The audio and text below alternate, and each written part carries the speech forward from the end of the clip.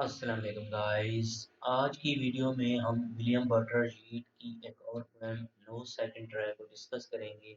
William Butler yet ने ये poem ताबलिग की थी जब एरिश रेवोल्यूशन चल रही थी 1916 में। मैंने आपको ये बात इसलिए बताई है क्योंकि इसका इससे बहुत कनेक्शन है एरिश रेवोल्यूशन के साथ।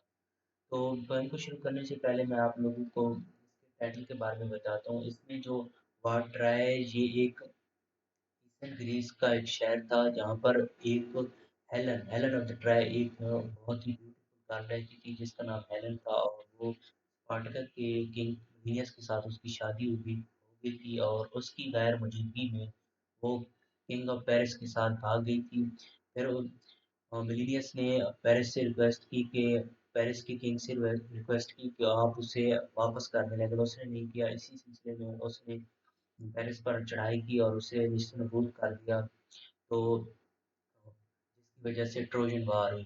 तो इसके अलावा जो और बात है यहाँ पर जो लेडी बर्ड गाने मेंशन की है क्योंकि ये अ, विलियम बटलर रीड का लाभ थी, इनसे बेइंतहा मोहब्बत करते थे और इन्होंने इनसे शादी का प्रपोजल भी भेजा था जो इन्होंने रिजेक्ट कर दिया था। और 1903 में इन्होंने मैकब्राइड एक बंदा था जॉन मैकब्राइड उसके साथ शादी कर ली थी और 2 साल तक इसकी शादी चली थी। फिर इसकी उसने इसे 2 साल के बाद छोड़ दिया था। तो एक तरह से तो विलियम बटलर इस वजह से इसके कहना है थोड़ा बहुत नाराज थे, लेकिन इसकी एक और वजह भी ये थी कि जो मार्ड गाने थी वो एरिश और रेवोल्यूशन मोमेंटम जो थी उसमें बड़े यानी कि मेन फिक्र थी क्योंकि वो चाहती थी कि अगर आप लोगों को अपने हक के लिए लड़ना भी पड़े और बंदूक भी उठाना पड़े तो आप उठा सकते हैं। जो विलियम बटलर जीत थे वो नॉन वायलेंस को प्रमोट करते थे और ये वायलेंस को प्रमोट करते थे और ये भी वजह थी। अगर हम इस पोएम की टाइटल का देखें तो नो सेकंड ट्राई से मुराद अब वही ग्रीस शहर है, ना कि दूसरा ट्राई है।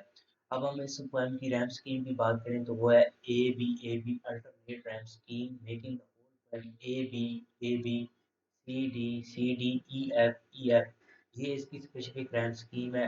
अब हम इसके मेन थीम देखें तो वो है guilt and blame, love, balance and revolution.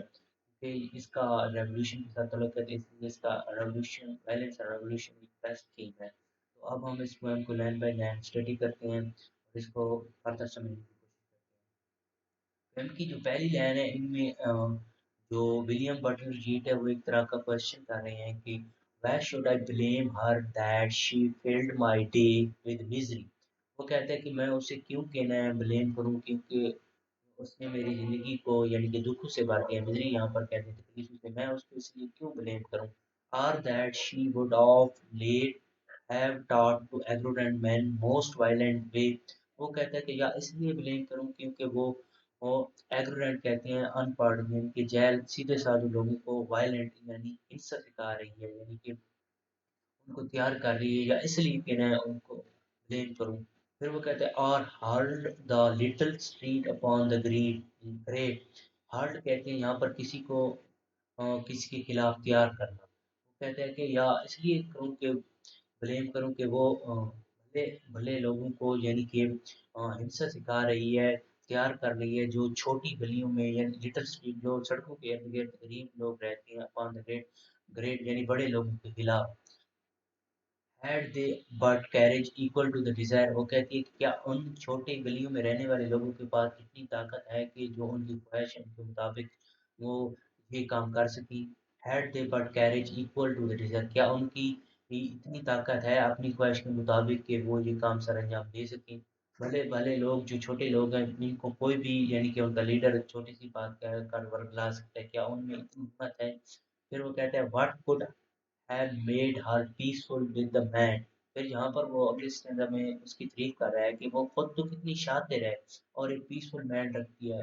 That nobleness made a simple as a fair. उसकी जो नोबलनेस है उससे उसको वो बैर से तो कितनी मतलब पीसफुल मैन रखती है और शातिर है और उसकी नोबलनेस ने उसे एज अ फेयर यानी उसके अंदर कितनी यानी कुछ चल रहा है कि वो इतना अजीम काम कर रही है कि यानी कि लोगों को तैयार कर रही है क्योंकि वो वायलेंस को प्रमोट करती है। वो कहती है कि अगर आप लोग को अपने हक के लिए तलवार भी उठाना पड़ेगा, बंदूक भी उठाना पड़ेगा, आपको उठानी चाहिए। फिर वो कहता है with beauty like a tightened bow a kind।